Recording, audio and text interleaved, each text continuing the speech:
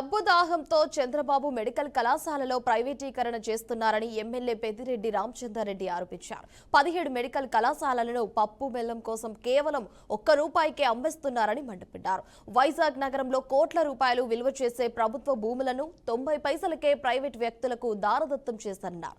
Medical కళాశాలలో ప్రైవేటీకరణ వ్యతిరేకిస్తూ పుంగనూరు నియోజకవర్గంలో పూర్తయిన కోటి సంతకాల సేకరణ కూడా ప్రక్రియలో ఆయన పాల్గొని ఈ వ్యాఖ్యలు చేశారు.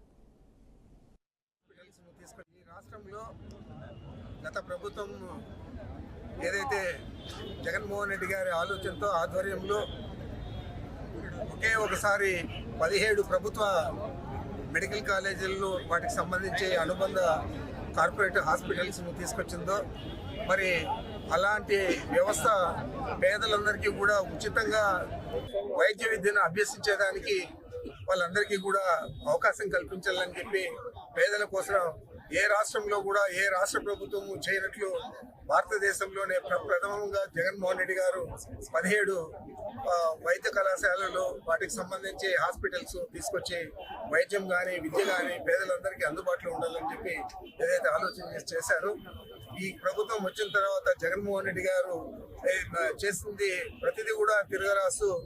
అదేవిధంగా ఈ మెడికల్ కాలేజీలు కూడా మేము ప్రైవేట్ వ్యక్తులకు ఇస్తాము అని ఏ విధంగా వాళ్ళు చెప్పారో అది తీవ్రంగా అభ్యంతరకరంగా మనకందరికీ కూడా అనిపించింది. కాబట్టి ఈరోజు వైఎస్ఆర్ కాంగ్రెస్ పార్టీ ఆధ్వర్యంలో మన జగన్మోహన్ రెడ్డి గారి నాయకత్వంలో ఇవన్నీ కూడా మనం ఈ మెడికల్ కాలేజీలన్నీ కూడా వైద్య విద్య పేదలకు అందుబాటులో ఉండాలి. కాబట్టి దీన్ని ప్రైవేటైజ్ చేయకూడదు, ప్రైవేట్ వ్యక్తులకు ఇవ్వకూడదు అని చెప్పి మనం ఈరోజు కోటి సంతకాల ఉద్యమానికి గత 2 నెలల ముందే నాంది పలికాం.